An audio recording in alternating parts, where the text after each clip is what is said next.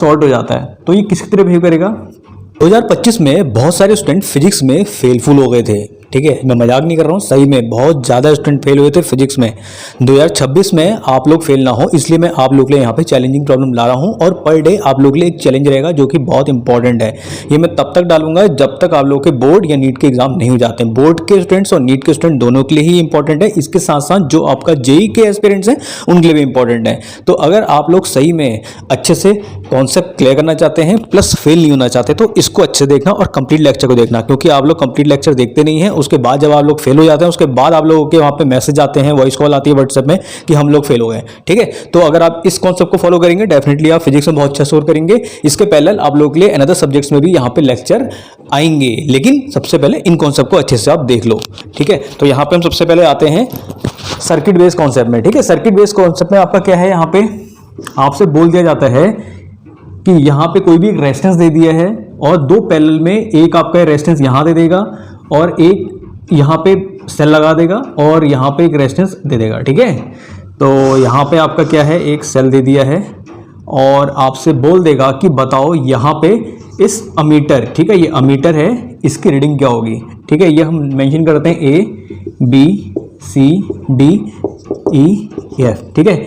ये आपका सपोज आपका होगा 16 वोल्ट हो गया और ये 2 ओम रेजिस्टेंस हो गया, ये आपका 2 ओम रेजिस्टेंस हो गया, ये 1 ओम रेजिस्टेंस हो गया और ये 3 वोल्ट की बैटरी होगी, ठीक है। आपसे बोल देगा कि बताइए कि अगर ये वाला पाथ शॉर्ट हो जाए, ठीक है, ये वाला पाथ शॉर्ट हो जाए, ठीक है, तो बताओ इसकी नेट जो वैल्यू निकल के आएगी अमीटर की रीडिंग की क्या होगी, ठीक है। अब स्टूडेंट को सॉर्टिंग यहाँ पे समझ में नहीं आती है।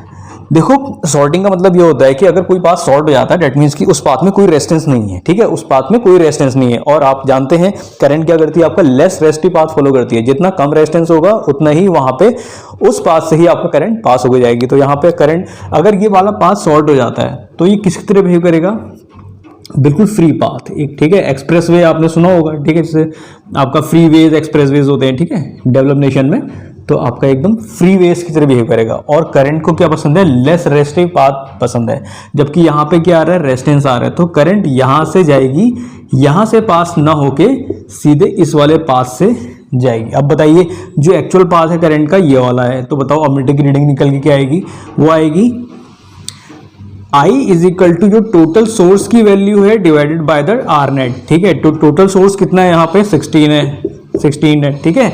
और यहाँ पे टोटल रेजिस्टेंस, इस वाले रेजिस्टेंस को जोड़ के स्टूडेंट गलती करते हैं, बहुत इंपॉर्टेंट कॉन्सेप्ट है, फिर से कह रहा हूँ, इस वाले पाथ में जो रेजिस्टेंस है केवल 2 ओम का रेजिस्टेंस है, तो यहाँ पे कितना आ जाएगा आपका 8 एम्पेयर, ठीक है। मोस्ट इंपॉर्टेंट कॉन्सेप्ट है, ये तब आता है जब आप लोगों से बोला जाए कि कोई पाथ आपका शॉर्ट हो रहा है, ठीक है। शॉर्टिंग का मतलब स्टूडेंट गलत समझते हैं, उनको समझ में नहीं आता और उसको छोड़ के आते हैं या फिर गलत करके आते हैं। इससे क्या होता है, या तो स्टूडेंट के नेगेटिव मार्क्स आएंगे, कंपटीशन में अगर नेगेटिव मार्क्स आएंगे, बोर्ड में अगर छोड़ के आएंगे तो डेफिनेटली आप लोगों को फेल होना है, ठीक है। तो फेल होने से बचिए, यहाँ पे चैलेंजिंग प्रॉब्लम मैं डेली आपका डालूंगा, ठीक है, as best as possible daily डालूंगा, लेकिन चैलेंजिंग जो प्रॉब्लम्स होगी उसकी एक प्लेलिस्ट होगी। पहली प्लेलिस्ट में आपका ये वाला लेक्चर इन्वॉल्व होगा, उसके बाद जो इसके बाद वाले लेक्चर्स होंगे वो भी इसमें आते रहेंगे, ठीक है। तो इन लेक्चर्स को देखिए और उनके नोट्स बनाइए, ठीक है।